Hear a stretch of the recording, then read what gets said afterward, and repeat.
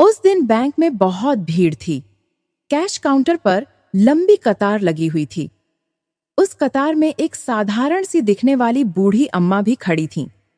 उनके हाथ में सब्जियों का थैला था, जिससे लग रहा था कि वह बाजार से सीधे बैंक आई थीं। काफी देर इंतजार करने के बाद जब अम्मा की बारी आई, तो उन्होंने कैश काउंटर पर बैठी महिला से कहा, मैडम, मुझे अपने अकाउंट से 500 रुपये निकालने हैं। 500 रुपये जैसी छोटी रकम सुनकर कैश काउंटर पर बैठी महिला चिढ़ गई और थोड़ा रुखाई से बोली, 500 रुपये के लिए क्यों लाइन में लगी हो? यहाँ 5000 रुपये से अधिक की रकम ही निकाली जाती है। इससे कम रकम निकालनी है तो जाकर एटीएम से निकाल लो। लंबे इंतजार के बाद बूढ़ी अम्मा की बारी आई थी। उन्होंने हाथ जोड़कर विनम्रता से कहा, मैडम, मैं अपना एटीएम कार्ड घर पर भूल आई हूँ। बाजार के लिए निकली थी और अब पैसों की जरूरत पड़ गई है। मैं बहुत देर से लाइन में खड़ी हूँ। कृपया मेरी मदद कर दीजिए। मेरे खाते से 500 रुपये निकालकर मुझे दे दीजिए। कैशियर ने रूखे स्वर में जवाब दिया, देखिए मैडम, नियम तो ऐसा ही है। हम 5000 रुपये से कम की रकम नहीं दे सकते। अब जाओ यहाँ से, मेरा समय बर्बाद मत करो। बूढ़ी अम्मा सोच में पड़ गईं।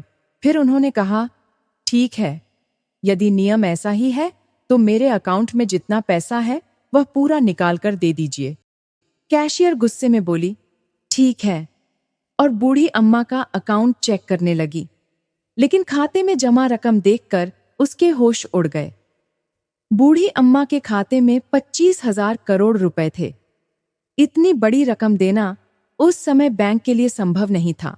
अब कैशियर नरमी से बोली, मैडम, आपके खाते में जितनी रकम है उतना कैश इस समय बैंक में उपलब्ध नहीं है, इसलिए हम अभी आपको इतनी रकम नहीं दे सकते। कृपया हमें थोड़ा समय दीजिए। हम कैश की व्यवस्था करके आपको सूचित कर देंगे, तब आप आकर पूरा पैसा निकाल लीजिएगा। बूढ़ी अम्मा ने पूछा, अच्छा, तो यह बताइए कि अभी आप मुझे कितना पैसा दे सकती हैं? कैशियर बोली, मैडम, अभी मैं आपको 25 लाख रुपए दे सकती हूँ। बूढ़ी अम्मा ने कहा, ठीक है, तो मुझे 25 लाख रुपए निकाल कर दे दीजिए।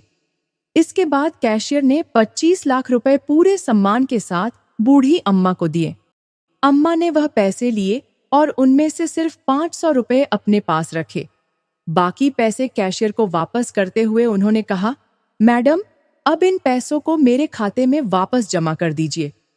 कैशियर यह सुनकर सन्न रह गई और चुपचाप पैसे वापस खाते में जमा कर दिए। दोस्तों, हम कई बार लोगों को उनके बाहरी हाव भाव, कपड़े या शक्ल सूरत से जज कर लेते हैं और उनके साथ वैसा ही व्यवहार करते हैं। लेकिन कई बार वास्तविकता हमारी सोच से बिल्कुल अलग होती है। जब सच्चाई सामने आती है तो हमें अपने व्यवहार पर शर्मिंदगी होती है। जीवन में हर कोई बाहरी दिखावे में विश्वास नहीं करता। कुछ लोग सादगी में जीना पसंद करते हैं। असली इंसानियत दिखावे में नहीं, बल्कि हमारे किरदार में होती है। दोस्तों, अगर आपको यह कहानी अच्छी लगी हो तो कमेंट करके जरूर बताएं। फिर मिलते हैं एक नई कहानी के साथ। धन्यवाद।